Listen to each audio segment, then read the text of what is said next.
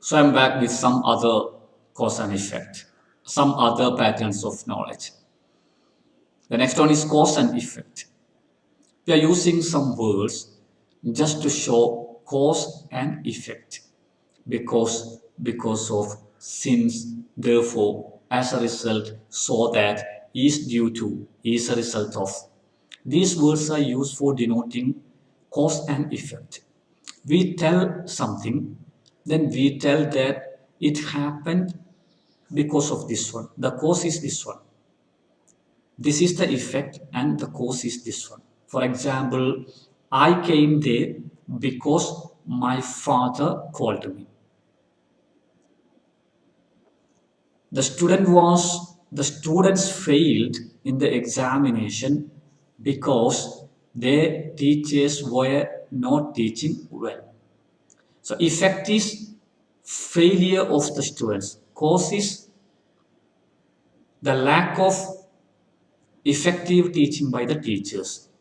So just to connect these two, cause and effect, we use the words like because. If you use because, you have to use a sentence with action. For example, the students failed in the examination because the teachers were not teaching effectively.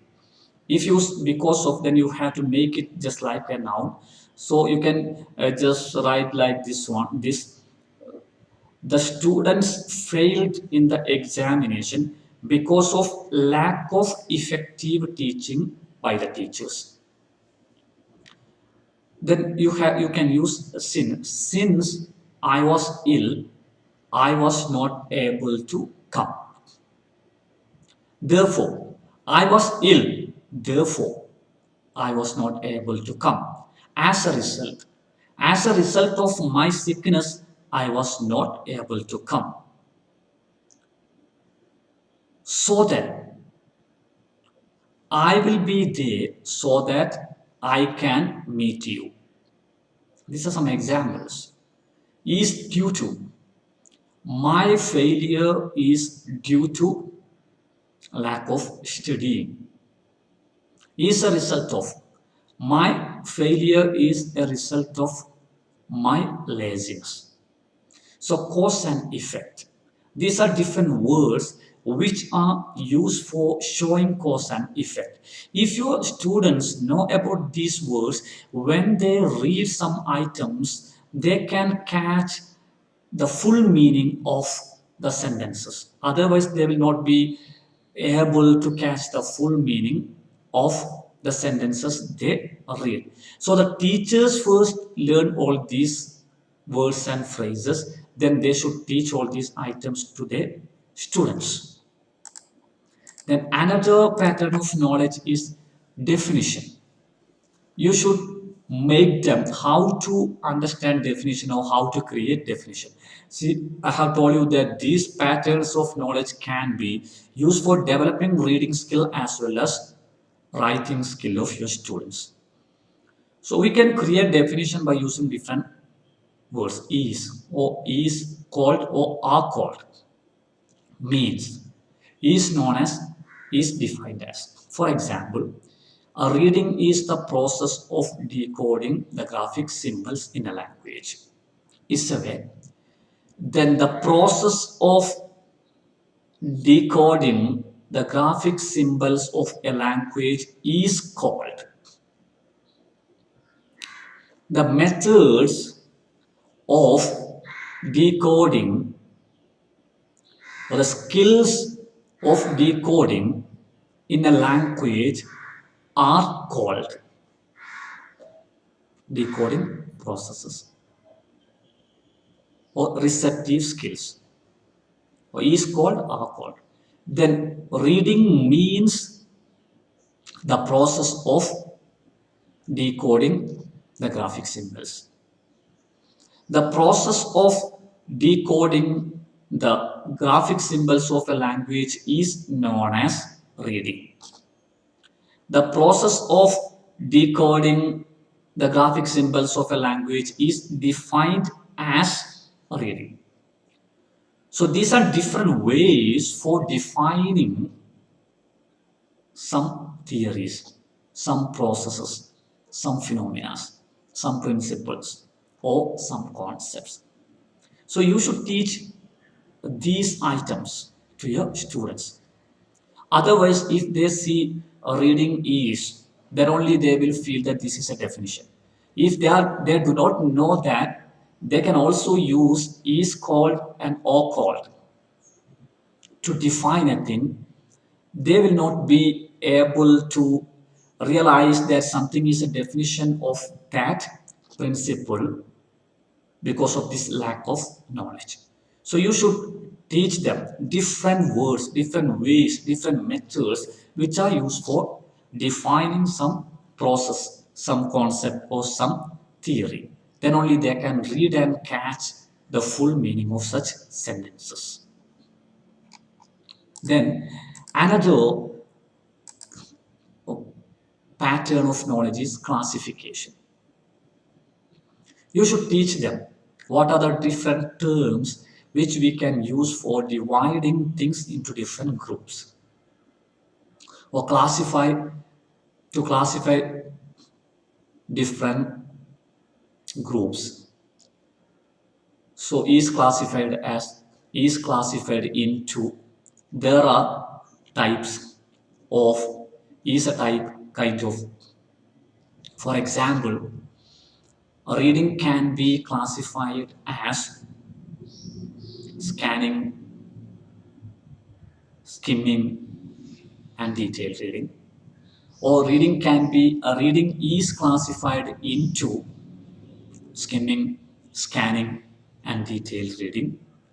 There are three types of reading, and they are detailed reading, skimming, and scanning. A skimming is a type of reading, or skimming is a kind of reading. Detailed reading is a type of reading. Detailed reading is a kind of reading. Scanning is a type of reading. Scanning is a kind of reading. So these words and phrases should be taught to your students. Then only they can read in a better manner when they read something. So first of all, the teacher should know all these things. Next pattern of knowledge is hypothesis. Hypothesis is some intelligent guessing. We guess something or we predict something by using our own previous experiences or our own previous knowledge or our own logical thinking capacity. Then we use if, then, unless, it is likely, unlikely, possible, impossible. If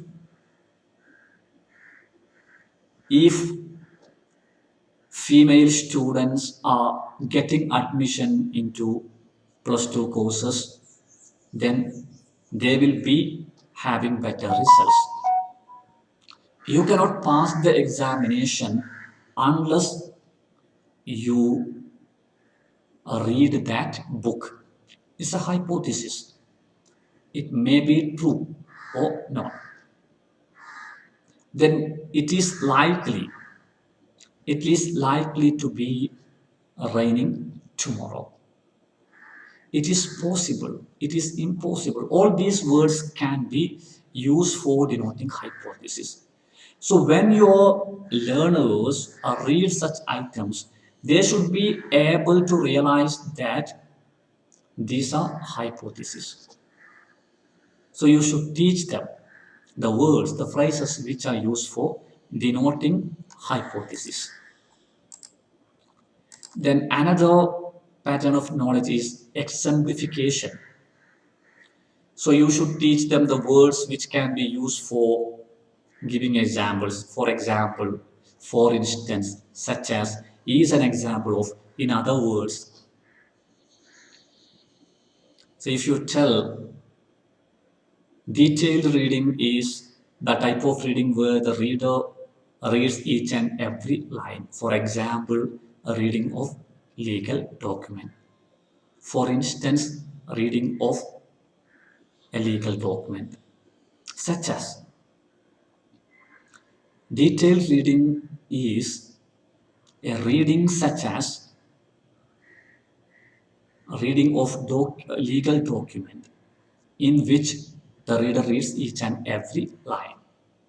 I have got different skills such as reading skill, writing skill. So examples. Then is an example of preparing for examination is as an example of skipping.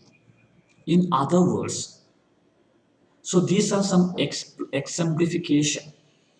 You're explaining some items by using some examples or by using similar things just for ensuring that your students have got the clear cut idea. So when your students read something, they should know these are some examples of the already discussed items, already explained items. So you should teach all these words and phrases to them. Then evaluation is good, bad, right, wrong, satisfactory, like, dislike, approve, disapprove, enough, to. They should know all these words which evaluate. He he prepared well, but that is not enough. It is an evaluation. He is good at writing, he is bad at writing. Actually, his answer is right, his answer is wrong, his answer is satisfactory, that means average. So these words also should be taught to your students. Then only they can read well. They should be able to realize that these are some words which are used for evaluating. And as I told you, it will be helping to develop their writing skill as well.